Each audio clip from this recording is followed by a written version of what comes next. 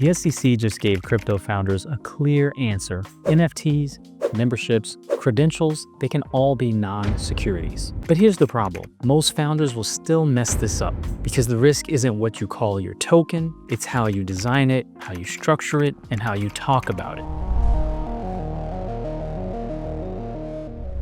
Hey everyone, I'm Corey, a lawyer helping entrepreneurs decode law, technology, and innovation. In this video, we're breaking down digital collectibles and digital tools under the SEC's new framework, and where the line actually is between safe design and securities risk. Because this is where most real-world crypto products live and where most teams get exposed. Okay, so in this video, here's what we're covering. What the SEC means by digital collectibles, what qualifies as a digital tool, where founders accidentally create risk, and how to design and communicate these assets correctly. Okay, so what the SEC actually means by a digital collectible. The SEC defines a digital collectible as assets designed to be collected or used. Think art, music, in-game items, trading cards, memes, and other cultural assets. The key idea is simple. You're not buying into a company, you're acquiring something cultural or consumer-facing. And that also means there's no passive income, no profit sharing rights, and no claims on a business. So why digital collectibles are not actually securities here?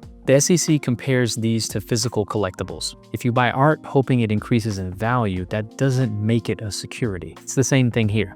Value can come from scarcity, demand, or even cultural relevance, but not from a team promising to generate returns. Okay, so what about the trap here? That's fractionalization. Here's where things can go wrong. A collectible by itself is usually fine, but once you split it into fractional ownership, you've created something that looks like an investment. Because now, people pool money, they expect returns, they rely on someone else to manage value, and that's where securities risks show up. Next, creators' royalties are not the issue.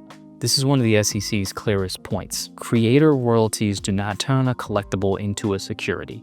Why is that? Because the royalty goes to the creator, not the holder. So unless the holders share in revenue, it stays outside of securities territory. Next, let's look at meme coins and other cultural assets. The SEC also addresses meme-driven tokens. These can fall into the collectible category if they are culturally driven, if they don't have real utility, and the value comes from demand and not team execution. But here's the twist.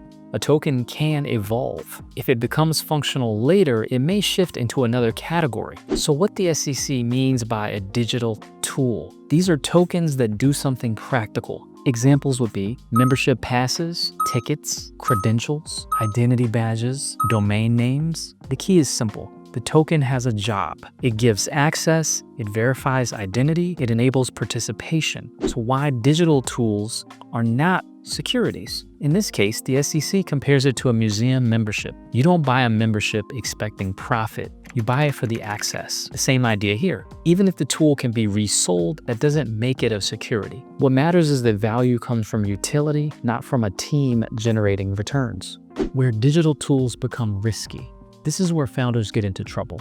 A tool becomes risky when you add things like passive yield, revenue sharing, having a heavy focus on resale value, marketing about price appreciation. At that point, it stops looking like a tool and starts looking like an investment. The bigger lesson, and this is the key takeaway, digital collectibles and digital tools are not securities by default, but they are also not immune. You can still create an investment contract through your product design, your token economics, and even your messaging. And that's where the real risk lies. Here's the bottom line. Collectibles should stay collectibles, tools should stay tools, financial mechanics create risk, and your messaging can override everything. The strongest projects are going to align their product, economics, and narrative from day one. Join me on the path to decoding law, technology, and innovation to grow your business. Don't forget to like, share, subscribe, and hit that notification bell. Until next time,